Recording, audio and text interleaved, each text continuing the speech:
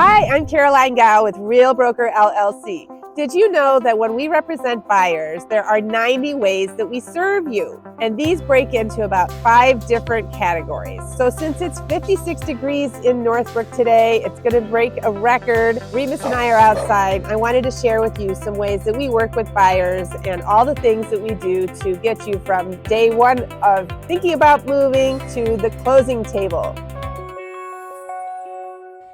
So the 90 ways, we're not going to go through all 90, they break into about 5 different categories. So the first thing is once you decide that, hey, we're thinking about moving, sometimes the average is 6 to 18 months from a buyer deciding that, yeah, we're thinking about moving. We're starting to look online to actually reaching out to a realtor and starting the process. So what we do when we first meet with a buyer, there's a buyer consultation. During the consultation, we're listening to what meets your needs, what do you like about your current living environment, where do you want to be, what are your goals in real estate? Are you looking for an investment? Are you looking to upsize your home? Or maybe you're downsizing, going into assisted living. What is it that you're looking to do? I spend a lot of time listening to understand what your priorities are and what I can do to make the process easier for you. Then we also, during the buyer's consultation, we explain how we would work together. So these days we are being very transparent about how agents get paid. Currently,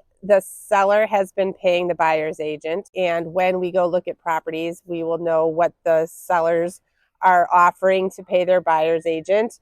And we talk about how I represent you and how that looks in the process and what to expect. Then we also talk about market conditions. So right now we're in a seller's market. That means for buyers is there is limited inventory. What we do is try to narrow down what you're looking for in your next home and how we can find the best fit for you. We also match you up based on what you tell me your priorities are, what your affordability is, and the different areas. So we funnel down to meet your needs that way. Then we find the best fit. So when you work with me, I use a program called ZenList that will show you all the available properties for sale, as well as the coming soon properties that haven't hit the market yet. So ZenList does show you those properties. Or some of the other websites like Realtor.com, Zillow, or Redfin, those don't have the coming soons. So it's important in this market to be able to see what is coming. Some of those properties can be shown and sold during the coming soon, so you want to be in the know. And then during the buyer consultation, we also talk about school districts. I have lots of resources, the Realtors Property Resource, RPR. There's also Remine, and give you property tax detail information so that you kind of get to know the areas if you're not familiar. And I use the school of reports because that kind of shows you, especially starting with the high school, then we can, usually the feeder schools going into a high school, that tends to be how people kind of narrow it down. So as part of the process, then in finding a good fit, so once you start to get information from your ZenList of the new properties, so then on this application you can save the homes, and we can also chat back and forth on those properties. I can make notes and I can see what you're interested in. And then I will also make inquiries with the buyer's agent. If it's a coming soon, I'll ask if they're showing the property, when do showings begin. And then once you see some properties that you want to get more information about, we can provide that, and I will go and meet you at the properties. So typically what it looks like when we go out, I am looking at different things than you are. Number one, I'm looking to see how you react to the property. A lot of times buyers within the first 7 seconds have a good reaction to the home that they are going to buy. So I'm looking at nonverbal cues from you. And we go through the house. I'm looking for potential red flags. I look to see if there's something from an inspector's point of view. So I'm not a licensed inspector. I have seen hundreds and hundreds of homes. So I'm looking for red flags, and I will point those out to you. Then I'm also looking to see what matches you as a good fit. So based on what we've learned at the buyer consultation, then I am looking, like, for example, if you tell me that you must have a basement, then we're not going to look at a house that has no basement, because that would be a waste of time. You don't want to fall in love with a property and then find out that the basics aren't covered in that. So the other things, I'm looking at location. So maybe if you're from out of the area, you might not know that a house is kind of on a busy street, or that this is a thoroughfare. And if you said, oh, that's not going to work for me, then we're going to not look at that house. So when you select a house on Zenlist, I will make notes and comments and point out things that you might not have seen. And then when we're looking at the property, I set up the appointment with the listing agent. We get a confirmation. I'll confirm back with you. And then I have the MLS printout. I go around with my iPad and I make notes, and then I can share those notes with you. Then I also provide feedback to the agent. When there's a property that you're interested in, then the fun starts, is the negotiation. And that starts with our first conversation with the listing agent. So if there's a house that you're interested in, I call the listing agent, I build rapport, I try to ask a lot of questions to find out, excuse me, what seller, does the seller have an ideal closing date? If there's something that we can meet, and if we're flexible. When there's a house that you're interested in, I call the listing agent right away, and I try to find out as many things as I can about the property. I'll ask questions. I ask them, what is the ideal selling date for the seller? If they have a specific date, and if it's easy enough for you to meet, then that gives us information for writing an offer. I ask them if they've had any offers that had been accepted in the past. That would give them the opportunity to tell me whether they have any offers on the table. Sometimes they'll tell me how many offers they have. Other times they don't disclose that. It's really up to the seller what information they're willing to share. I ask them what is important to the seller, because it's not always about the price. Maybe the seller says, oh, I really need a rent back situation where they close on one day and then stay in the house for a given time in order for them to move. And then I just get as many details as I can from the listing agent to help us craft our offer. And then the fun begins with the negotiation of the offer. There are a few different levers that we have in writing our offer. Obviously, there's the price. So in order to come up with a fair asking price for our offer, we have the asking price, obviously, from the MLS, what the seller is looking for. Then I will give you a market analysis based on what has sold recently in that neighborhood in the same elementary school district. Similar location, and we're comparing, if it's a 2-story house, then we compare to other 2-story houses. And then we look at not only the size and the square footage, but also the lot and the size of the yard, and then the upgrades. And we try to match up the different amenities. So that will help you to determine whether your offer makes sense for what is going on in the market. And then we talk, if the listing agent has told us that there's a deadline and they're looking for the highest and best offer, then we will discuss strategies that can help you win in a bidding war. I forgot to mention, which is an important part of the process, is the pre-approval letter. So depending on whether you're doing cash or financing your loan, we will introduce you to lenders that help you get your pre-approval letter ready. If you've already gotten your pre-approval letter, I might give you another option to compare the different programs and to work with a lender that I trust and that can know that they can offer great service, get great products, and to get you to the closing table successfully. That's really, really important. And different lenders offer different services and options. So we would submit your proof of funds, whether it's cash or your pre-approval letter, with your offer. Also, along with your offer goes the property disclosures. So those are available to me from the MLS. So I will give you the property disclosure, the lead-based paint disclosure, the radon disclosure, and you will check those and initial and sign off on them. And we submit that with our offer. And then the details of the offer comes down to price, earnest money. Earnest money means that you are saying to the seller, I'm serious about buying your property. Please take it off the market.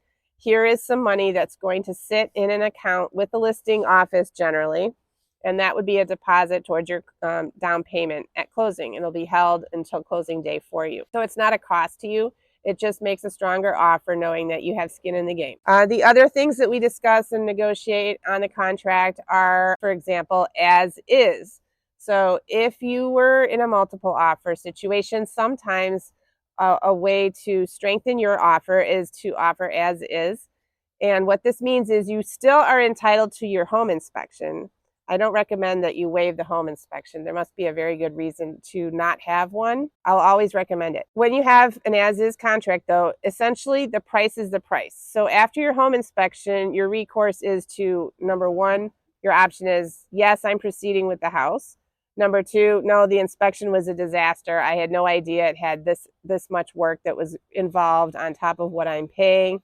I'm sorry, Mr. Seller, I am not proceeding with this contract. And you have the first 5 business days to determine that. Or if there's something in between, like, oh, I knew that for this price that I was going to accept the condition, but there was a collapsed sewer line that's cost $6,000 and I was not expecting that.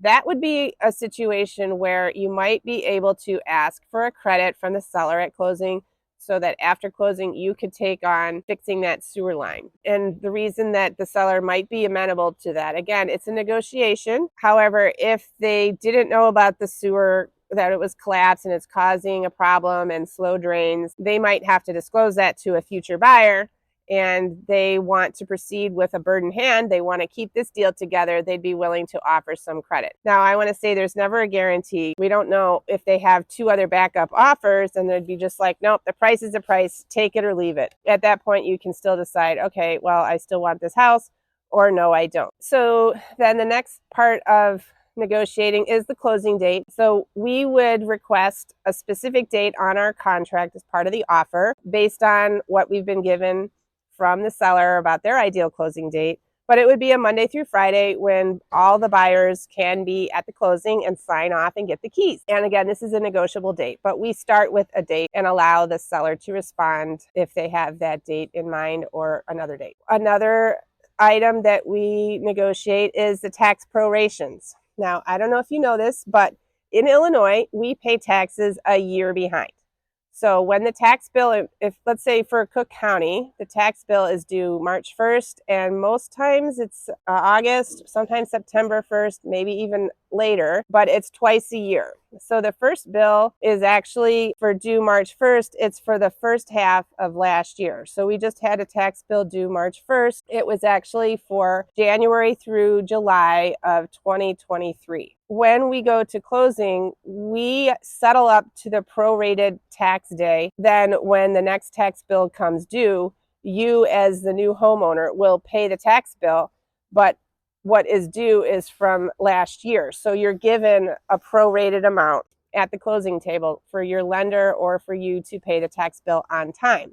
But since taxes in Illinois always go up, we won't exactly know what the new tax bill will be. So we usually write in the contract that you are given 105% of the most recent ascertainable tax bill. And then if the taxes only go up 4%, been given a little extra cushion. If the taxes go up more than 5%, that's on you.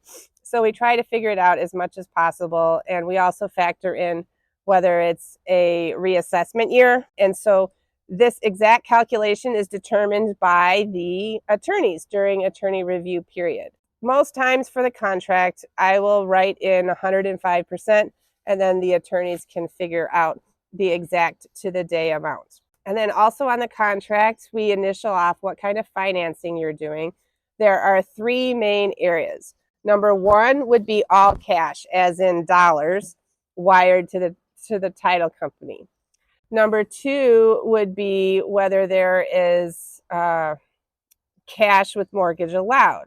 So, for example, you have a pre-approval letter that says that there's a cash guarantee, or you're willing to waive your financing contingency, or let's say that you don't need to have your contingency on the contract, but you do want the option to get a loan, or maybe you have cash, but you would prefer to get a loan. Then you would mark the cash with mortgage allowed. And then what most buyers use is the financing contingency. So we would initial off on that. That's the third option. And then if we use that, we would put down what type of financing, whether it's conventional, FHA, or something else. Then what percentage you're putting down, we're disclosing to the seller. And if it's a 30-year loan, and what is a cap of your interest rate. So right now the interest rates are around 6.97. We would put a cap at 7.5 so that there's a little bit of cushion. And then you say, why do we need to have a cushion? So if the interest rates jumped up for some reason up to, 8%, and you are not able to qualify for a loan at 8%, that would be an out for you in the contract, and the seller doesn't like that. So we put a little cap. So assuming that the rates within the period of time between the contract and when you lock in your interest rate, that it's going to stay below that cap so that you can lock your rate and still get approved for the mortgage.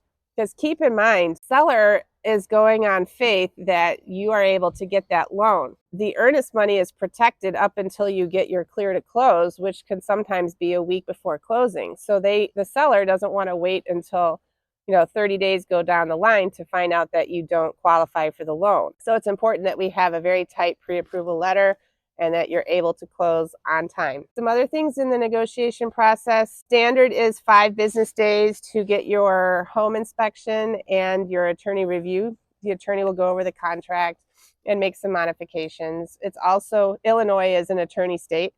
So every party, whether it's the buyer or the seller, they have their own attorney. On the buy side, it's approximately $550 to $700. It's a flat fee that you pay as part of your closing costs at closing. What we do then, we have you sign off on the contract. The earnest money is in this area, the North Shore, Northwest area. The most earnest money we usually see is up to 5% of the purchase price. Technically, we write it in 2 different ways. We could do $1,000 upon acceptance, and then after the attorney review period, you could increase that. And this is a negotiable item. Attorneys and sellers like to see more earnest money. Buyers would prefer to put less money that's tied up in an escrow account. So that's a negotiable item. It depends on the market time, the market, how many offers there are. So we look at that as part of the whole offer package. So then we have you sign off on the contract. We can either sign in person on my iPad, an initial off, and I can send it over to the listing agent. Or sometimes we use a real signature, which comes electronically, where you can each sign and then it merges, just like a DocuSign or a .loop program. And once I have a signed document, I send it to the listing agent. I write a nice cover letter about you, and I include our proof of funds letter. And listing agents like my offer package because I give them a highlight of what is in the offer. I've called ahead to make sure that they know the offer is coming. I've also followed up to make sure they got the offer and it's not just sitting in spam. And I make friends with the listing agents so that they want to work with me. I also have a very good reputation with other agents in the area, and they know that I say what I say I'm going to do, and it's a smooth process working with me and my team. I have a transaction coordinator that helps us with the details from contract to close. And you will meet Randy at some point once you have an accepted contract. So that brings us to the details. Once we have an accepted contract, we have to negotiate back and forth. Once we've wrapped up all the details, I will have you initial on the changes, and then the seller will execute the contract. Then we turn the paperwork over to our transaction coordinator. I referred to Randy on my team. He helps us he's sitting at a desk while I'm out in the field connecting with clients and helping you through the home inspection process. He is keeping track of all the details. So there are a lot of balls in the air. Once it gets into the attorney review period, there are lots of emails from the lender, from the attorney, from the seller's side. We also have information from the inspector. So we will help you catalog all of this information and get everybody the documents that they need for compliance and also to get your loan in process. So as part of the contract process, so we send the information to the attorney, we send the information to the lender, we schedule the home inspection, and I will be with you at the inspection. We also do radon testing. That is a separate inspection that we do during those 5 business days. I will explain about radon gas and what different inspection items that you would be what are available for you to plan and schedule. Then during those 5 business days, we have our inspections, and then by the end of day 5, that is when the attorney on the buy side needs to send a letter to the seller's attorney saying that either you're in complete agreement and you're going ahead and buying the house, or sorry, this just isn't what I was expecting, or something in between where we need to negotiate. So everything is done in writing at this stage through the attorneys. The agents can speak freely back and forth, but it's unofficial until it's written in writing from the attorney's modification letter. Then we proceed. If you are getting a loan, most times they need to do an appraisal. An appraisal will be set up with the listing agent, and it takes about a week to get the results. You'll get a copy of the appraisal from your lender. Whenever there's information that the lender asks for, you want to get it back into their court as soon as possible. And a quick loan would be about 30 days. The average is about 45 days it takes to get a loan from the time of the contract to the closing table. So then some of the other details, if there's an HOA, homeowners association, we would get decks and bylaws for you to review. You'll likely have to do some sort of an interview and some paperwork to the association. We're keeping track of all the documents and corresponding with the attorney, corresponding with the lender. Once the appraisal is done and you would be shopping for your homeowner's insurance, that is usually a condition for getting your loan. I can introduce you to providers for getting your homeowner's insurance, and we'll also want to schedule a mover. Maybe you are needing some more visits to the house. If we're doing some measurements, we have to negotiate that as part of the attorney review. Usually only one is a standard that we could go back in. Otherwise, the next time we would be at the house is your final walkthrough. So speaking of the final walkthrough, once the closing has been set, it's set by the seller's attorney, and it's usually at a title company. So once we know the date and time exactly, we do a final walkthrough. If it's an early morning closing, then we'd probably go the night before. Otherwise, we do the walkthrough. I will join you. It's after the seller has moved out. So the walkthrough should be the same condition that the property was when we last saw it at the inspection. So we're looking to see if there was any damage from the movers when they moved out. Did the sellers leave everything that they had expected us to have? Did they clean out their crap and not leave you with a basement full of junk? Boy, have I seen some interesting things at a walkthrough, but never fear. That's what I'm here for. We work out issues prior to closing, and assuming everything is good to go, then at closing, you're going to come, be there with your attorney. You're going to bring your ID, and you're going to sign all your loan documents. It takes about an hour, hour and a half at the title company, and you will get your keys at closing unless we had done a different kind of an agreement. But generally at closing, you get your keys and you can move in that night. And this is all very exciting. So as you see, there are 90 different things, probably more, that we do to help you on your way from that first glimmer of, yes, I'd like to be in a different place, I'd like to buy a home, to the closing table. It's all very exciting. I love to work with buyers, and I love to give you a buyer consultation and walk through all these steps so that you are absolutely comfortable with the process and us working together. This is what I do. I love it. I'd love to help you too. Bye for now.